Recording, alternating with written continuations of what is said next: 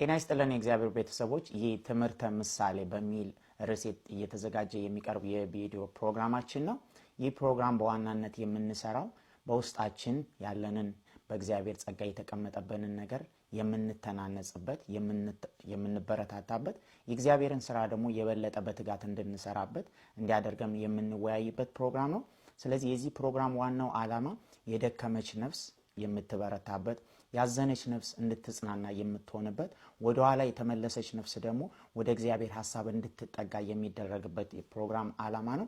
ከዚህ በተጨማሪ ደግሞ ይህን ፕሮግራም ልናካሄድ የምንችለው በወር ውስጥ 2 ጊዜም 3 ጊዜም ልናካሄደው እንችላለን። ይህ ፕሮግራም እንዲዘጋጅ ሳስበው ውስጥ የመጣልኝ ምንድነው ትምህርተ ምሳሌም የተባለበት ርዕስ ነገሮች በምሳሌ ሲቀርቡ ውስጣችን የመቀመጥ አቅም ስላላቸው ነው። ስለዚህ ይህን ፕሮግራም ደግሞ አብሮኝ የሚያገለግሉት ቪዲዮ በመቅረጽ ፖስተሮችን በመስራት እንዲሁም ፌስቡኮች ላይ ዩቲዩቦች ላይ ዳውንሎድ ያደረገች ቪዲዮ የምታገለግለን እህታችን ትዙናት። ከዚህ በተጨማሪ ደግሞ እዚህ ከተማችን ውስጥ የሚኖረው ወንድማችን ቴዲም ደግሞ በፌስቡክ አካውንቱ ላይ ብዙ ጊዜ የሚጽፋቸው መልካም የሆኑ ወደ እግዚአብሔር የሚያስጠጉን ጽሁፎች ስላሉ ስለዚህ እሱም አብሮን ያገለግላል። መልካም ጊዜ እንደሚኖረን እናምናለን። እናንተም ደግሞ በቻላችሁት መጠን ሁሉ በህይወታችሁ ከተባረካችሁበት ከተጽናናችሁበት እግዚአብሔር ከመከራችሁ የምታገኙበት ነገር ካላችሁ ሼር እንድታረጉት እናበረታታችኋለን። በዚህም ሁኔታም የሚያልፉ ሰዎች ካላችሁ እግዚአብሔር ሊናገራቸው ይችላል ብላችሁ የምታስቧቸውን ሰዎች ሼር ብታረጓቸው ደስተኞች ነን። እግዚአብሔር ይባርካችሁ። ሰላም ሁላችሁንም በጌታ በኢየሱስ ክርስቶስ ስም ሰላም እላችኋለሁ። ትምህርተ ምሳሌ ፕሮግራም ላይ ነው ያለሁት። ፕሮግራሙ የሚያዘጋጀው ዴቭ ነው። ካሜራውን ይዛ ትዙዬ ከኛ ጋር አለች። ዛሬ ትምህርተ ምሳሌ ፕሮግራም መክፈቻው ፕሮግራም ላይ ነው ያለነው። ይሄ ፕሮግራም ምሳሌዎችም ከእግዚአብሔር ቃል ጋር በማድረግ አብረን የእግዚአብሔርን ሐሳብ የምንከፋፈልበት ፕሮግራም ነው። ጌታ ኢየሱስ ክርስቶስ በምድር ላይ ሲኖር በምሳሌ እንዳስተማረ እኛም አሁን ከምናየውና አካባቢያችን ላይ ካሉ ነገሮች በመነሳት የእግዚአብሔርን ቃል አንድ ላይ አድርገን ከእናንተ ጋር አንዳንድ ሐሳቦችን እንማማራለን። እኔ እጽፍ ነበር ፌስቡክ ላይ፣ አሁን ደግሞ በቪዲዮ እንድመጣ ዴቭ ጋብዞ ይመጥቻለሁ። አብሬው ከሱ ጋር በሚደረገው ፕሮግራም እካፈላለሁ። እግዚአብሔር በዚህ ውስጥ አንዳች የሚጠቅም ነገር ሁላችንም እንደሚያስተምር ተስፋ አደርጋለሁ። ፕሮግራሙን እንድትከታተሉ ጋብዛችኋለሁ።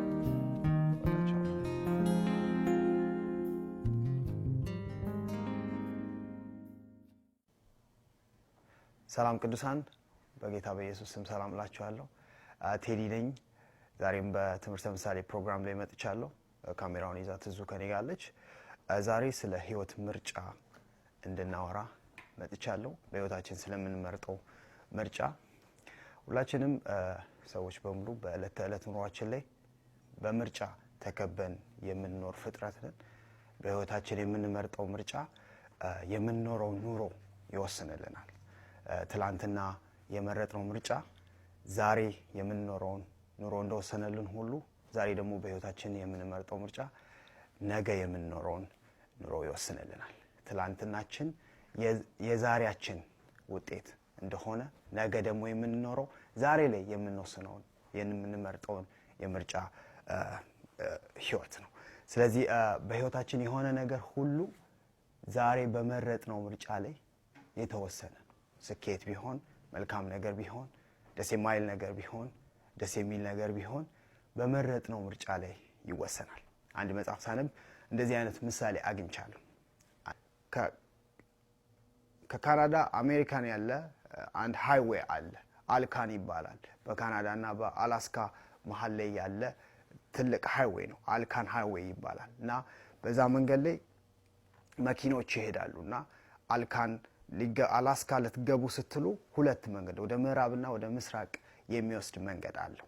እና በዛ መንገድ ላይ ስትሄዱ በጣም ትልቅ ጽሁፍ መንገዱን ከመምረጣችሁ በፊት ትልቅ ጽሁፍ አለው። እና ጽሁፉ በእንግሊዘኛ ነው የተጻፈው። እንደዚህ ይላል: choose your route very carefully because you are staying on it for the next 200 miles ይላል። የምትመርጡትን መንገድ በጥንቃቄ ምረጡ እንደማለት ነው። ምክንያቱ ደግሞ የሚቀጥለውን 200 ማይልስ እዛ መንገድ ላይ ስለምትጓዙ ማለት ነው። 200 ማይልስ ማለት 320 ኪሎ ሜትር እንደማለት ነው። ምናልባትም ከዚህ ከተማ አንስተን ኤድመንተን እስክንገባ ያለውን ኪሎ ሜትር ይሸፍናል። ኢትዮጵያ የምንኖር ሰዎች ከአዲስ አበባ እስከ አዋሳ ያለውን ኪሎ ሜትር ሊሸፍን ይችላል እና 320 ኪሎ ሜትር ሙሉ ያለምንም ማቆም አንዴ ከመረጣችሁ እዛ ሃይዌይ ላይ ትቆያላችሁ ማለት ነው። ስለዚህ ሰውየው ሁለት በጣም ኢምፖርታንት ነገሮች ያወራል። እዚህ ሃይዌይ ላይ የሚገባ አልካን ሃይዌይ ላይ የሚገባ ሰው አንደኛ የሚሄድበትን መንገድ ጠንቅቆ ማወቅ እንዳለበት ወይ ደግሞ ማያውቅ ከሆነ የሚያውቅ ሰው ይዞ መጀመር እንዳለበት ያወራል። ሁለተኛውና በጣም መሰረታዊ ብሎ የሚያወራው ጻፊው እዚህ ጽሑፍ ጋር ስንደርስ ወደ ምዕራብ የሚሄድ ወደ ምስራቅ የሚሄድ ሰው የሚሄድበትን መንገድ በጥንቃቄ መምረጥ እንዳለበት ያወራል። ምክንያቱም ደግሞ አንዴ ከጀመረው 320 ኪሎ ሜትር ስለሚጓዝበት ማለት ተሳስቶ አንደኛውን መንገድ ቢመርጥ ገንዘቡን፣ ጉልበቱን፣ ጊዜውን ምናልባትም የተነሳበትን ዓላማ ሁሉ ስለሚያጣ በጥንቃቄ መምረጥ እንዳለበት ጻፊው ይናገራል። ከዚህ ጋር የሚሄድ መጽሐፍ ቅዱሳችን ላይ ያለ አንድ ሐሳብ እንድነግራችሁ አስቤያለሁ። ይሄ ሐሳብ ያለው ዘፍጥረት ምዕራፍ 13 ላይ ነው። ስለ አብርሃምና ስለ ሎጥ ታሪክ የሚያወራ ክፍል ነው። አብርሃምና ሎጥ አብርሃም አጎትየው ነው። አብረው እንደወጡ እግዚአብሔር አብርሃምን ሲጠራው ከዛ ሎጥም ተከትሎት እንደወጣ መጽሐፍ ቅዱስ ይናገራል። ሀብታቸው እየበዛ አንድ ላይ መኖር እንደጀመሩ መጽሐፍ ቅዱስ ያስተምረናል። ነገር ግን ከሀብታቸው መብዛት የተነሳ እረኞቻቸው በሚኖሩበት ስፍራ ላይ እንደተጋጩ ይሄንን ግጭት ደግሞ ለመፍታት አብርሃም እንደመጣ የመፍትሄ ሐሳብ ይዞ እንደመጣ የመፍትሄ ሐሳቡ መለያየት ብቻ እንደሆነ እንደዚህ ስል ያወራል። መጽሐፍ ቅዱስን ብታነቡ በጣም ክሊርሊ ይነግራችኋል። እኔና አንተ ወንድማማቾች ነን፣ በእኔና በአንተ መካከል ጥላቻ ሊኖር አይገባም። ስለዚህ በእረኞቻችንም መካከል ጥላቻ ሊኖር አይገባም። ስለዚህ አንተ መርጠህ የፈለክበትን ብትሄድ እኔ እዚህ እቆያለሁ፣ አንተ ወደ ግራ ብትሄድ እኔ ወደ ቀኝ ሄዳለሁ፣ ወደ ቀኝ መሄድ ከፈለክ ደግሞ እኔ ወደ ግራ ሄድልሃለሁ ብሎ የመፍትሄ ሐሳብ ይዞ ሲመጣ እናያለን። ነገር ግን ሎጥ ወደ ዮርዳኖስ ማዶ አይቶ ይላል መጽሐፍ ቅዱስ ስታነቡ ወደ ዮርዳኖስ ረባዳማው ሜዳ አይቶ በአይኑ ተመልክቶ የእግዚአብሔር ገነት ስለመሰለው መልካም ስፍራ ስለመሰለው በጎ ስፍራ ስለመሰለው ለም ስፍራ ስለመሰለው ሰራተኞቹን፣ ሚስቱን፣ ልጆቹን ይዞ ወደዚያ ሄደ ይላል። በአይኑ ተመልክቶ ወደዚያ ስፍራ ሄደ። ነገር ግን መጽሐፍ ቅዱስን ታች ትንሽ ወረድ ብላችሁ ስታነቡ ሎጥ ያላየው በአይኑ ያልተመለከተው በዚያ ስፍራ የሚኖሩ ያ ስፍራ ሰዶምና ጎሞራ ከተማ እንደሆነ መጽሐፍ ቅዱስ ይናገራል። በሶዶምና ጎሞራ የሚኖሩ ሰዎች እጅግ ክፉዎችና በእግዚአብሔር ላይም ኃጢአት የሚያደርጉ ሰዎች ነበሩ ብሎ መጽሐፍ ቅዱስ ይናገራል። ሎጥ ሲያይ ያየው የእግዚአብሔርን ገነት ነው፣ መልካም ለም የሆነ ስፍራ ነው። ነገር ግን መጽሐፉ የሚነግረን በዛ ውስጥ የሚኖሩ ሰዎች እጅግ ክፉዎች ናቸው፣ በእግዚአብሔርም ላይ ኃጢአት የሚያደርጉ ሰዎች እንደነበሩ ያወራል። ከዛ በኋላ ሄደ። አብርሃም እዛው ባለበት ሎጥ ከአብርሃም ከተለየ በኋላ ይላል መጽሐፉ እግዚአብሔር አምላክ ለአብርሃም ተገለጠለት። ከዛ በኋላ አናገረው፣ ወደ ሰሜን እይ፣ ወደ ደቡብ እይ፣ ወደ ምስራቅ እይ፣ ወደ ምዕራብ እይ፣ የምታየውን በአይን የምትመለከተውን ስፍራ ሁሉ ለአንተ ለዘርህ ለዘላለም እሰጥሃለሁ ብሎ ሲናገር እናያለን። የምድር ትቢያን እይ፣ ዘርህን እንደ ምድር ትቢያ አበዛዋለሁ። የምድር ትቢያ ማንም የምድር ትቢያ መቁጠር እንደማይችል ሁሉ እንዲሁ ደግሞ ዘርህ የሚቆጠር አይሆንም። ማንም ዘርህን ሊቆጥር አይችልም ከብዛቱ የተነሳ ማለት ነው። እንዲሁም ደግሞ በጣም የገረመኝ በምድሪቱ ስፋትና እርዝመት ከዛሬ ጀምሮ ተመላለስባት ሲል አብርሃም ከዛ በኋላ ውሳኔውን ሲወስን ምርጫውን ሲያደርግ እናያለን። ወዳጆች ሆይ ምን እያልኩኝ ነው? አሁን እግዚአብሔር ለአብርሃም ከተናገረው በኋላ ያኛውስ ሎጥ ምን አድርጎ ምርጫ መረጠ? በአይኑ ከተመለከተ በኋላ ከዛ በኋላ ውጤታቸውን ሄዳችሁ ማየት ትችላላችሁ። አብርሃም እየተባረከ ዘሩ እየበዛ ኑሮ እየተሳካለት ሲመጣ ሎጥ በሄደበት ስፍራ ላይ መልካም ነው ብሎ እግዚአብሔር ገነት ነው ብሎ በሄደበት ስፍራ ላይ ኑሮ ሳይሳካለት እንደውም ቤተሰቡ ሲጠፋ ያለው ሀብት ሲጠፋ ሚስቱ ልጆቹ ሲሞቱበት እርሱ ራሱ እንኳን የሚጠፋበት ሁኔታ ተፈጥሮ እግዚአብሔር ለአብርሃም ከገባው ኪዳን የተነሳ ለሎጥ ሲጠነቀቅ እናያለን። እና በእነዚህ ሰዎች ህይወት ውስጥ ሁለት መሰረታዊ ነገሮች እናያለን። አንደኛው እግዚአብሔርን ሰምቶ ምርጫውን በእግዚአብሔር ድምፅ ውስጥ ያደረገው አብርሃም ሲባረክ ሲሰፋ ሲከናወንለት እናያለን።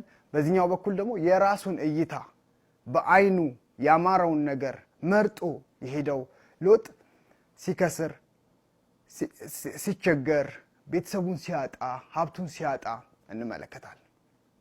ስለዚህ ወዳጆች ሆይ ምርጫችንን እንዴት ነው እኛም በህይወታችን የምንመርጠው ምርጫ ምን አይነት መሆን እንዴት መሆን ይጠበቅበታል?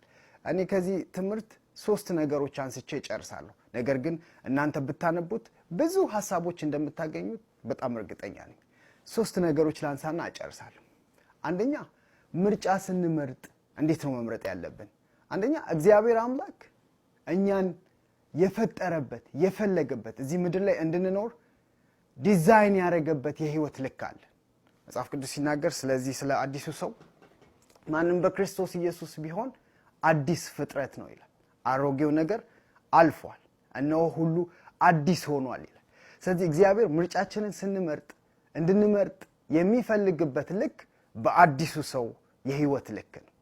የአዲሱን ሰው የህይወት ስታንዳርድ የማያማጥን ልኩ ያልሆነ ምርጫ ሁሉ በእግዚአብሔር ዓለም ውስጥ እኛን የማይጠቅም እግዚአብሔርንም የማያከብር ሆኖ እናገኘዋለን። ስለዚህ ስንመርጥ መጀመሪያ ለአዲሱ ህይወት እግዚአብሔር በክርስቶስ ኢየሱስ ላወቀው ሰው የሚመጥን ህይወት ነው ወይ ምርጫ ነው ወይ ብለን ማየት አለብን። አንደኛ። ሁለተኛና ሌላው ነገር በምንመርጠው ምርጫ እግዚአብሔር ይከብርበታል ወይ? የእግዚአብሔር ፈቃድ አለበት ወይ? እግዚአብሔር ያለውን ነው ወይስ እኛ ደስ ስላሰኘን ነው? ቀደም እንደነገርኳችሁ ሎጥን ስታዩ ወደ ማዶ አይኖቹን ቀና ብሎ በተመለከተ ጊዜ ያየው ነገር ደግሞ የእግዚአብሔር ገነት እንደመሰለው መልካም እንደመሰለው ከዛ በኋላ ደግሞ ምርጫውን እንዳረገ እናያለን።